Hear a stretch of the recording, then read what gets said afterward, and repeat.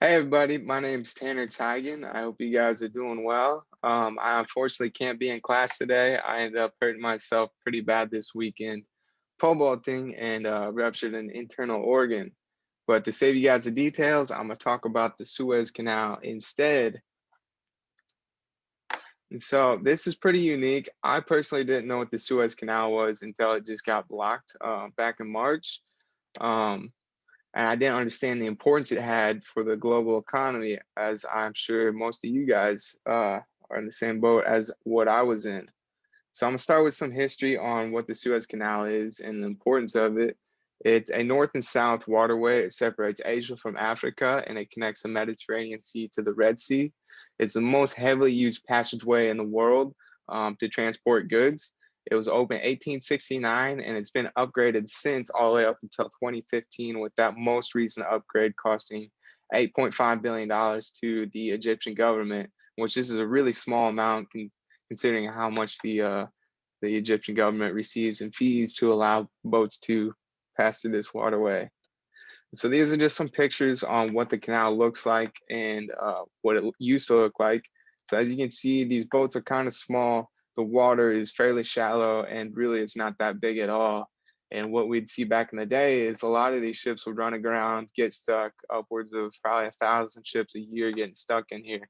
And so there was a big need for upgrades to be happening consistently to allow these bigger ships, as they got bigger and bigger, to get through the passageway.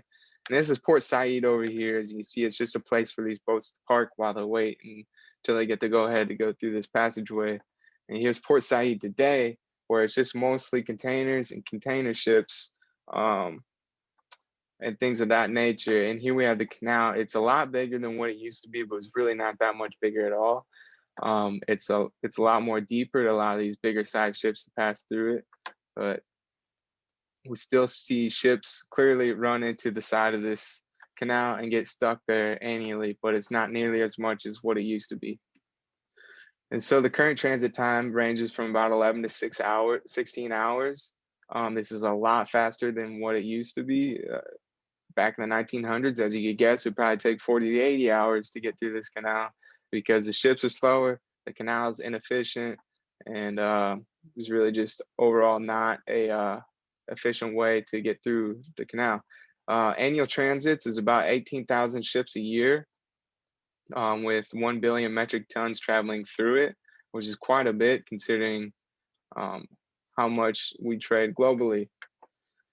And this is just a global map, so you guys can have a picture of where it is. This is Africa, Asia, Saudi Arabia. So these ships will run here through the Red Sea all the way up until we get to the canal.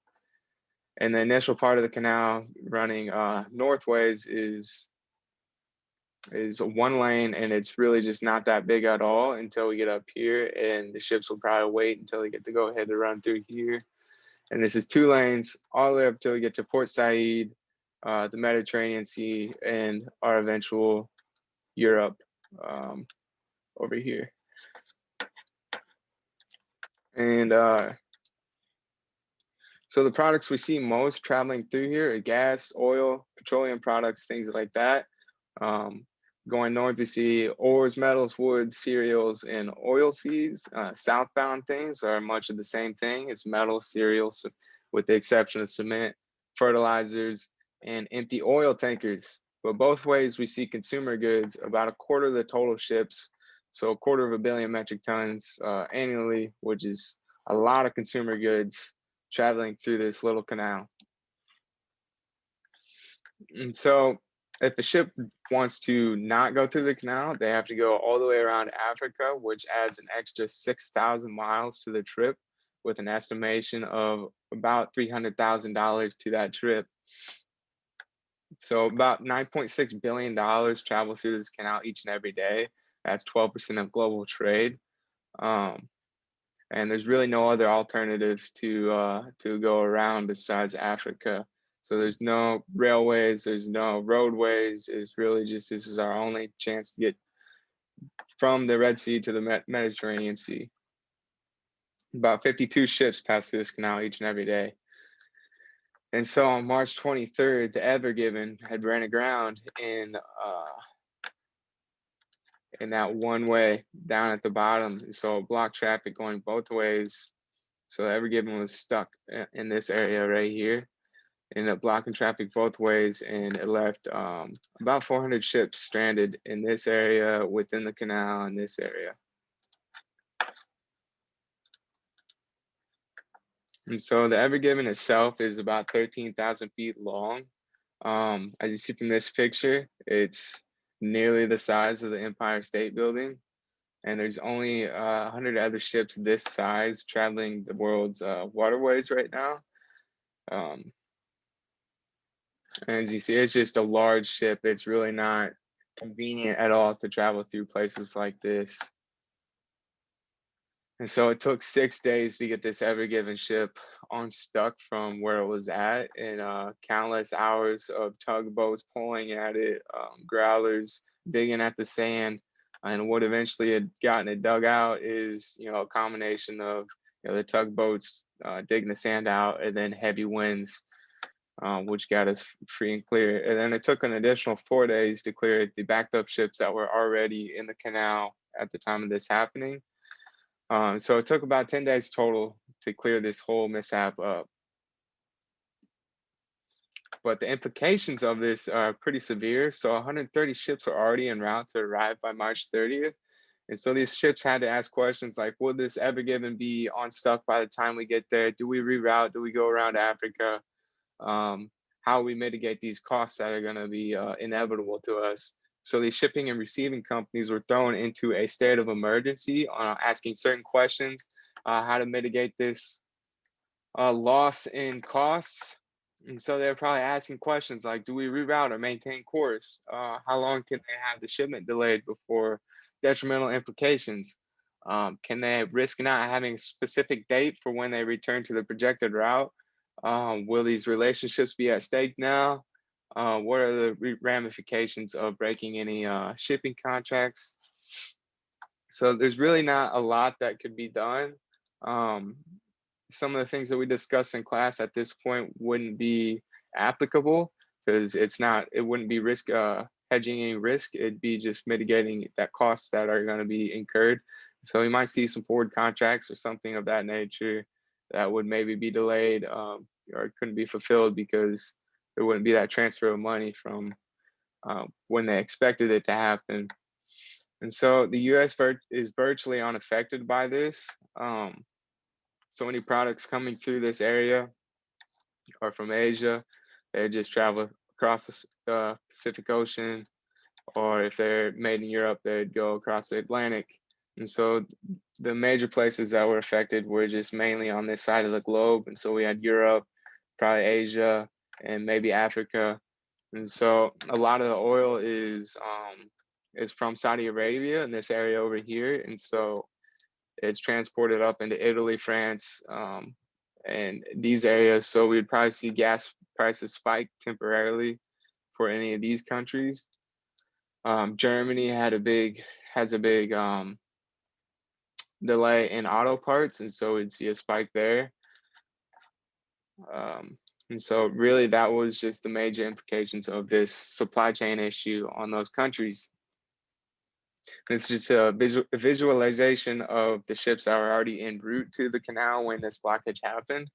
This is about as many ships that pass through it each and every day.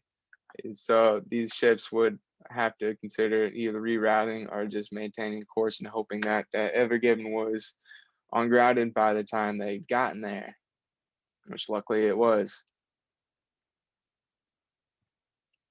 And so the implications on the supply chain of the COVID-19 has caused a lot of pressure already on the supply chain. But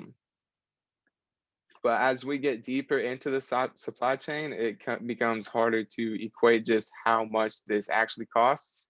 On the surface level, if you just take that 9.8 billion times 10, it's about 80 to $100 billion of costs that were either delayed initially. But when we get into the supply chain, we have to think about carrying costs of what these ships had to incur when they laid idle, or the plants that could no longer produce because they didn't have any shippings or any ships to ship on, the work in process for any of these assembly lines. Like we talked in class, the iPhone's not made in just one singular place. It's shipped to all these different assembly lines across the world until it's finally created, say, Europe, and then it's shipped to America. And so these work in process assembly lines would probably have to lay idle and incur overhead cost, labor cost, carrying cost, and these stacks of inventory would probably get a lot larger in that 10-day time period. And the list can go on and on. But the effects could last weeks to months until this issue is finally gummed up and things are flowing like they used to. So the low travel kind of offsets the need for oil and gas. So not a lot of people probably were affected by this price increase in oil and gas, but there's already a container shortage from this past year's increase in consumer goods. And so any of these container ships traveling up or going around Africa would have a delay in container ships coming back to Asia or China or Europe.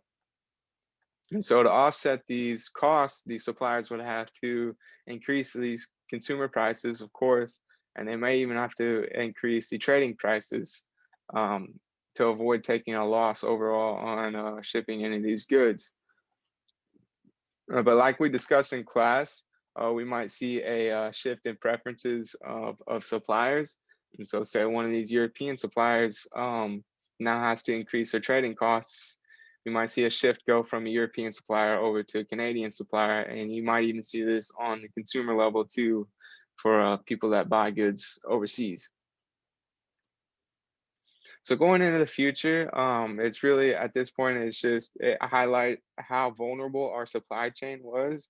I mean, if you could consider if this block lasted upwards of 30 days to 2 months, we'd be in a state of turmoil where our supply chain is at, just considering how much goods travel through this canal. So we'll probably see restrictions on the ship sizes entering the canal. It's hard telling if they're going to let another ships the size of the Ever Given pass through the canal just because of how much it costed not only the Egyptian government but the global economy. And so we also might see some legislation happening on the sizes of ships that are allowed to be built. Like I said, there's only 100 other ships out there, and there's a reason for that. It's just because, traveling overseas, high winds, a lot of these containers get blown off these ships, and so we'll probably see some legislation happening to protect any buyers from that happening. And we also might see some alternative modes of transport being created. Of course, these suppliers will also be considering like fallback plans if this ever to happen again, just because it's so vulnerable to those costs. And if this would have lasted 30 days, we'd have seen a lot of people going out of business. And going forward, as technology improves, we might see the adoption of blockchain or VeChain. And VeChain is just it's a cryptocurrency or a blockchain that it revolutionizes the supply chain management, and so it helps these suppliers keep an eye on where these goods are at in terms of transport. And so that's about it. That's all I have for you guys today. I hope you guys enjoyed. If you guys have any questions, feel free to send me an email. I'd be happy to figure out an answer for you. But other than that, I hope you guys have a great rest of the semester. Thanks for listening.